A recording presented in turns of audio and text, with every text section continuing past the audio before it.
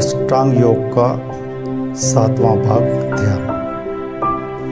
ध्यान के लिए सुखासन, सिद्धासन, पद्मासन, वज्रासन, गोरक्षासन, किसी भी आसन में आराम से बैठ जाएं। अगर इन आसनों में नहीं बैठ सकते हैं आलती पालती लगाकर, या सुखासन तक में भी नहीं बैठ सकते हैं, तो कुर्सी पर भी बैठ जाएं। और कुर्सी पर बैठने की स्थिति नहीं हो तो शवासन में लेटकर भी आप ध्यान कर सकते हैं, यानी किसी भी अवस्था में आप ध्यान कर सकते हैं। सामान्यतया ध्यान के पूरे लाभ सुखासन, सिद्धासन, गोरक्षासन, पद्मासन या वज्रासन में बैठकर करने से प्राप्त होते हैं। अभी मैं जिस स्थिति में हूं वो है पद्मासन। पद्मासन के अलावा जो मेरी हाथों की स्थिति है वो है ध्यान मुद्रा में। अंगूठे का अग्रभाग और कनिष्ठिका यानी अंगूठे के पास वाली उंगली का अग्रभाग दोनों को मिला लें और बाकी तीनों उंगलियां सीधी रखें। हाथों को पद्मासन की स्थिति में अपने पैर के अंगूठों पर रख सकते हैं, घुटनों पर रख सकते हैं। ध्यान मुद्रा के अलावा हाथों को सामान्य स्थिति में भी रख सकते हैं, लेकिन ध्यान मुद्रा में हाथों को रखने पर ध्यान शीघ्र ही सिद्ध हो जाता है। ध्यान से हमारी मानसिक और शारीरिक क्षमताएं कई गुना बढ़ जाती है, और जब हम ईश्वर से एकाकार हो जाते हैं तो हमारे अंदर अलौकिक शक्तियाँ जागृत होने लगती है। हमारी गति कई गुना बढ़ जाती है। सामान्य व्यक्ति की तुलना में हम कई गुना तीव्र गति से अपने कार्यों को निष्पादित कर सकते हैं। हम सांसारिक दुखों, चिंताओं, समस्याओं और उलझनों के रहते हुए भी विचलित नहीं होते हैं और अपने कार्यों का, अपने दायित्वों का पूर्ण निष्ठा के साथ निर्वहन करते चले जाते हैं। ध्यान के लिए किसी भी स्थिति में सुखपूर्वक बैठ जाएं, आंखों को बंद कर लें, रीढ़ की हड्डी सीधी लेकिन पूर्ण रूप से तनाव मुक्त, रीढ़ की हड्डी को पूरी तरह ढीला छोड़ दें।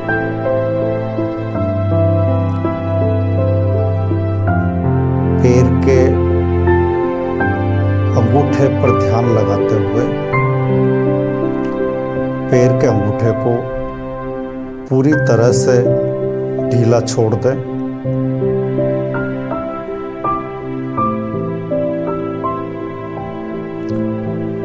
पैर की पगडंडियों पर ध्यान लगाते हुए उन्हें पूरी तरह से ढीला छोड़ दें।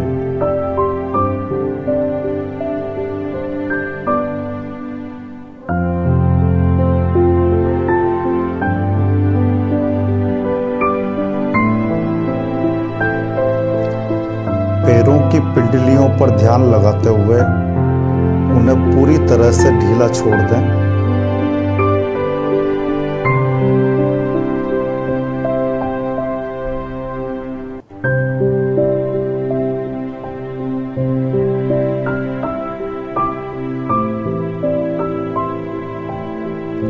रीढ़ की हड्डी के निचले वाले भाग पर ध्यान लगाते हुए उसे पूरी तरह से ढीला छोड़ दें।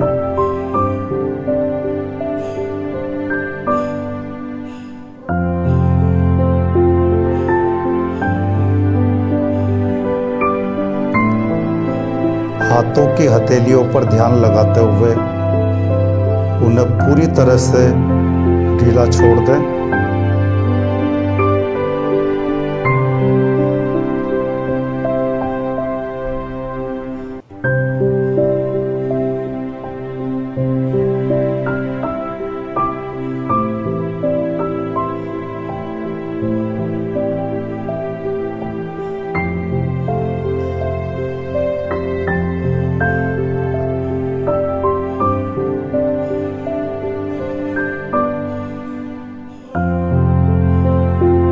कंधों पर ध्यान लगाते हुए कंधों को पूरी तरह से ढीला छोड़ दें।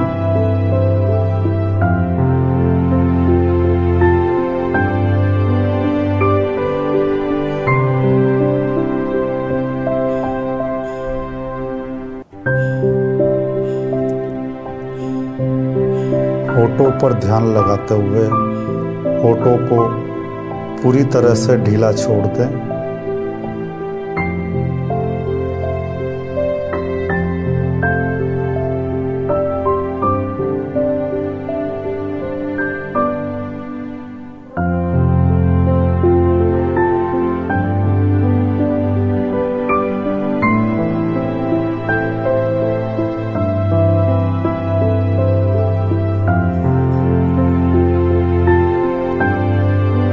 पलकों पर ध्यान लगाते हुए पलकों को पूरी तरह से ढीला छोड़ दें।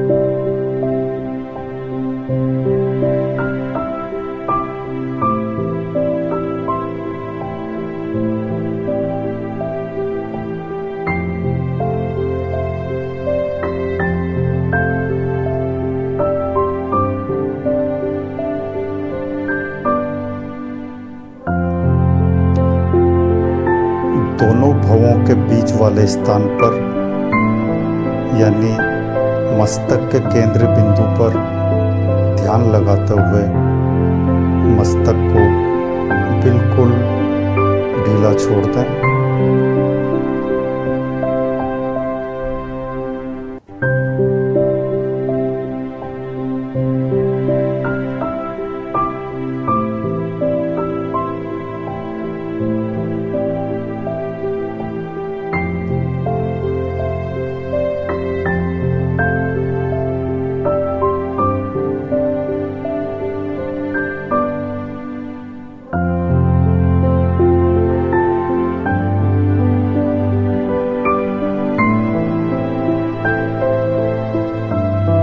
अब आप पूरी तरह से तनाव मुक्त हो गए हैं।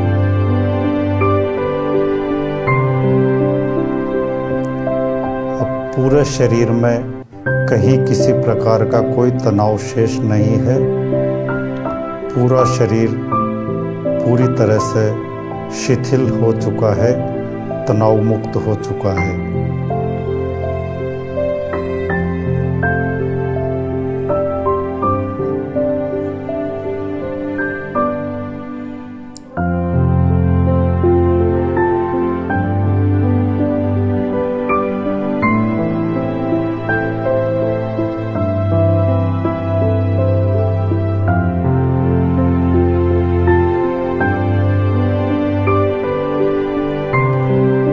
अब मस्तिष्क पूरी तरह से विचार शून्य हो गया है। मस्तिष्क में उठ रहे सभी विचार पूरी तरह से शांत हो गए हैं।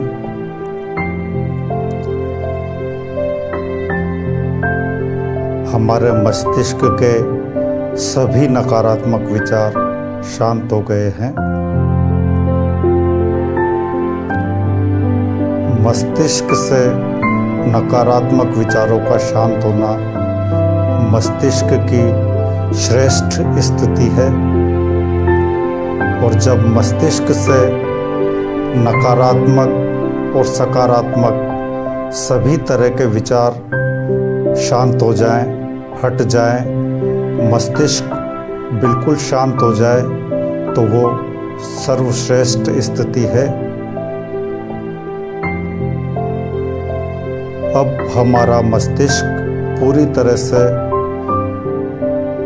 शांत हो गया है। सभी विचार पूरी तरह से शांत हो गए हैं।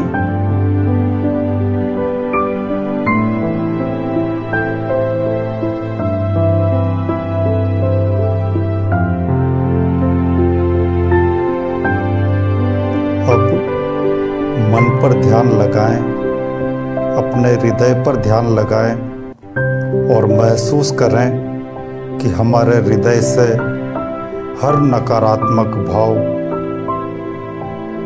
हट गया है, शांत हो गया है। कोई नकारात्मक भाव हमारे मन में शेष नहीं है।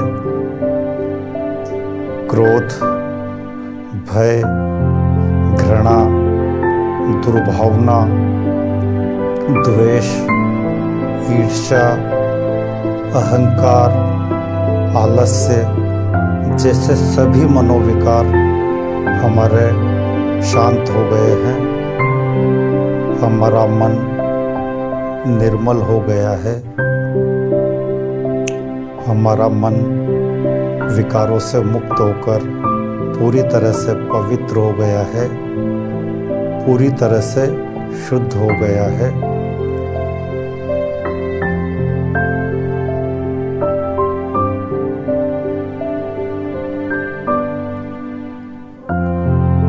सांसें सामान्य गति से चल रही है। सांसों को महसूस करें,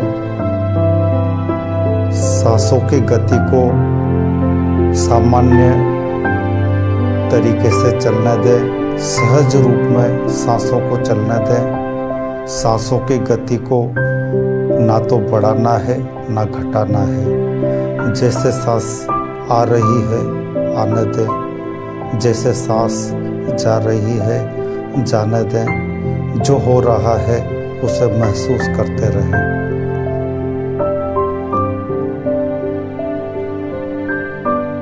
अब आप पूरी तरह से शांत हो रहे हैं, पूरी तरह से आप आनंद की अवस्था में पहुंच रहे हैं। ये परम शांति, ये परम आनंद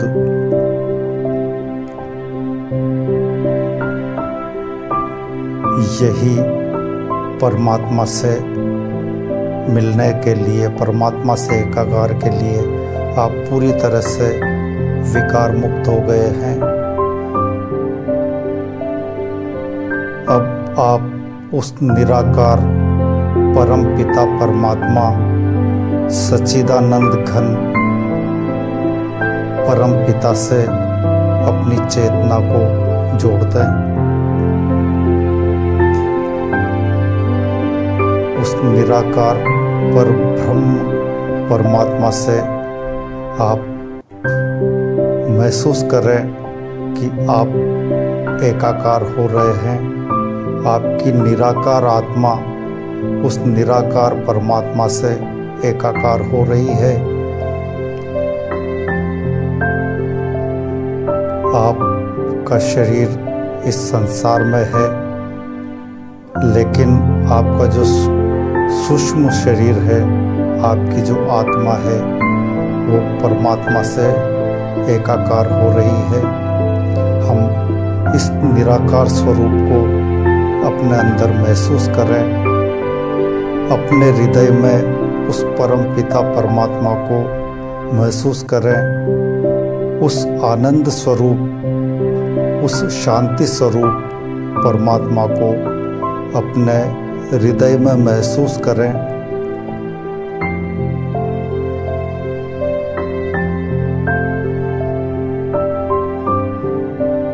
इस परम शांति और इस परम आनंद की अवस्था में जितना देर हो सके, जितनी देर तक आप रह सकते हैं, उतनी देर तक रहें और इस परम शांति को, इस परम आनंद को जीवन के हर पल में महसूस करें।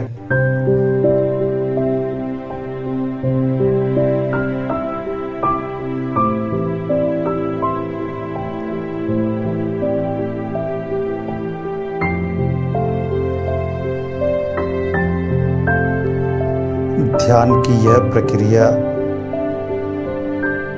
24 घंटे में कम से कम 2 बार अवश्य करें।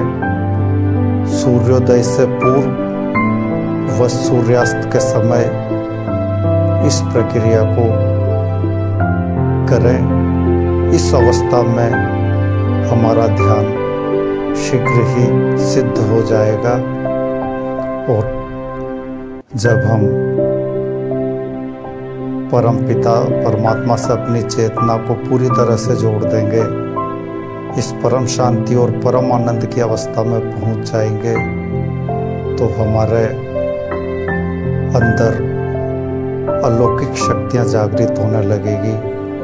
हम जो करेंगे वो किसी चमत्कार से कम नहीं होगा। हमारी मानसिक और शारीरिक क्षमताएं कई गुना बढ़ जाएंगी, हमारी गति कई गुना बढ़ जाएगी, हमारे कार्य करने की गति सामान्य व्यक्तियों की तुलना में कई गुना अधिक हो जाएगी।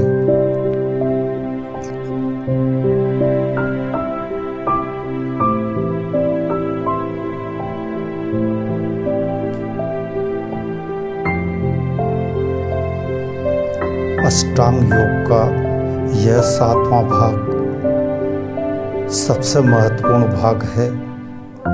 वास्तव में अपनी चेतना को परमात्मा के साथ जोड़ देना ही योग है। अध्यात्म की भाषा में परमात्मा से एकाकार होना ही या परम शांति और परम आनंद की अवस्था में पहुंचना ही, यानी समाधि की अवस्था में पहुंचना ही योग है। और परम आनंद की अवस्था और परम शांति की यह अवस्था समाधि कहलाती है। इस समाधि की अवस्था में जितनी देर तक हो सके रहें।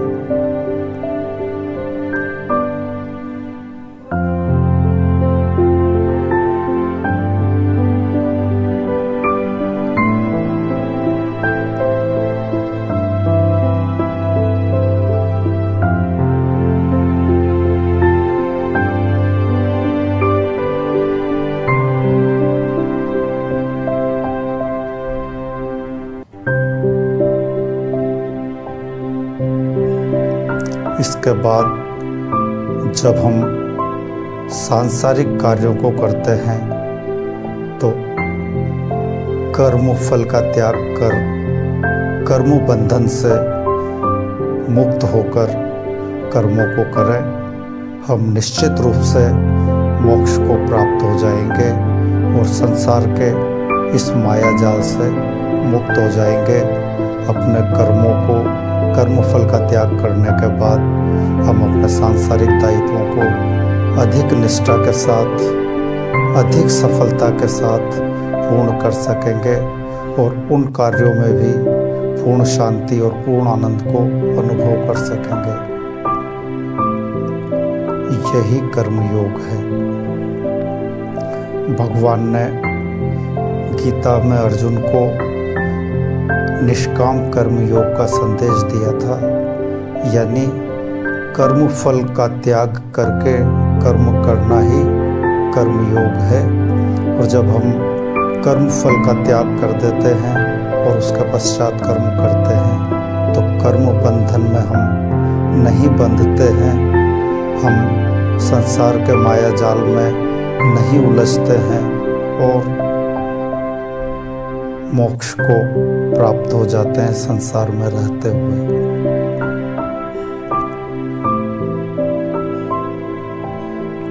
यही सहज योग भी है। ध्यान में बिल्कुल सहज तरीके से शरीर को तनाव मुक्त करते हुए परम शांति और परम आनंद की अवस्था तक पहुंचा जाता है।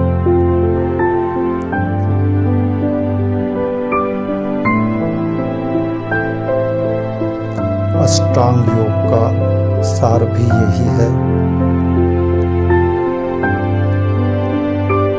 जहां हमें अपने सांसारिक दायित्वों का निर्वहन करने के लिए हठ योग का सहारा लेना पड़ता है। कठिन कार्यों को करने के लिए कठिन योगासनों को करने के लिए हठ योग का सहारा लेना पड़ता है, वहीं अष्टांग योग में ध्यान और समाधि सहज योग का ही रूप है। और सहज योग के बाद हम कठिन कार्यों को और योगासनों को भी बिल्कुल सहजता, सरलता के साथ, शांति के साथ और आनंद के साथ संपन्न करने लगते हैं। उनमें भी हम किसी प्रकार का तनाव महसूस नहीं करते हैं।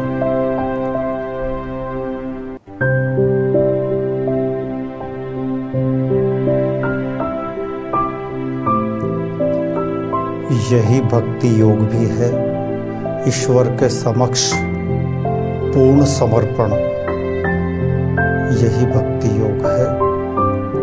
और ध्यान के दौरान हम पूरी तरह से ईश्वर के समक्ष अपने आप को समर्पित कर देते हैं, अपने अस्तित्व को पूरी तरह से ईश्वर के समक्ष समर्पित कर देते हैं। और ये समर्पण भाव जीवन के हर पल में बना रहना चाहिए। और जब हम ईश्वर के समक्ष अपना आप को समर्पित कर देते हैं तो संसार के दुख, क्लेश, चिंताएं, समस्याएं, उलझनें, झंझटें रहेंगी, लेकिन हमें विचलित नहीं करेंगी।